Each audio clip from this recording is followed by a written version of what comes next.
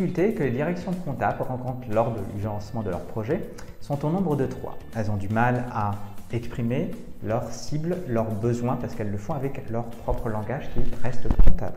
Elles ont du mal à estimer leur charge de travail et donc à se projeter dans le temps. Et elles ont aussi du mal à prioriser au niveau des livrables, c'est-à-dire que pour elles, un livrable, il est unique, alors qu'en réalité, dans un projet, il y aura plusieurs livrables.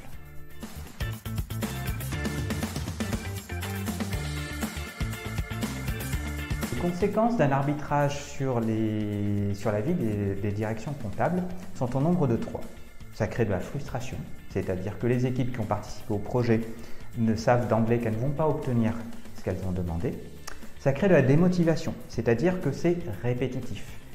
On leur a déjà fait un arbitrage par rapport à des projets passés et donc elles ont sans cesse l'impression de revivre le même cycle de vie de projet avec des coupes budgétaires ou des coupes au niveau des besoins et cela crée de la manualité, c'est-à-dire que quand elles ne vont pas obtenir quelque chose qui a été demandé dans le cadre du projet, elles devront le compenser par de la manualité, donc de la charge de travail au quotidien.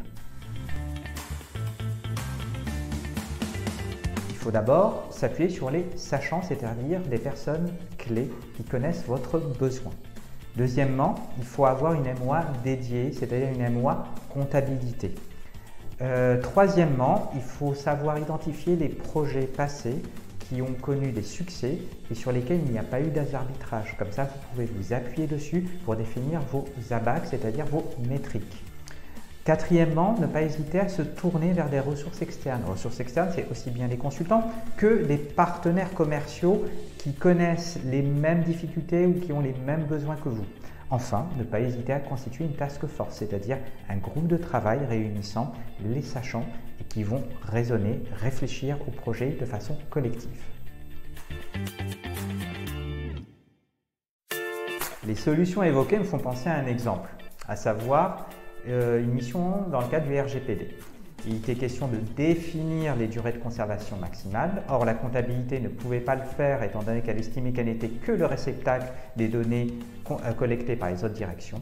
Donc, on a identifié les sachants dans chacune des directions. On les a fait travailler en mode task force, donc dans un SAS fermé. Et en l'espace de 3 semaines, nous avons défini collectivement des durées de conservation maximales que l'entreprise devait respecter dans le cadre du RGPD.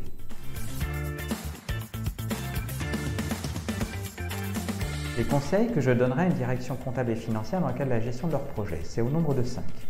Premièrement, c'est d'avoir les bons ABAC. Deuxièmement, de savoir identifier les personnes clés.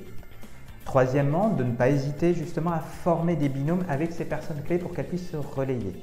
Quatrièmement, de ne pas hésiter à avoir recours à la méthode agile, surtout auprès des personnes clés au sein de la direction et de l'entreprise.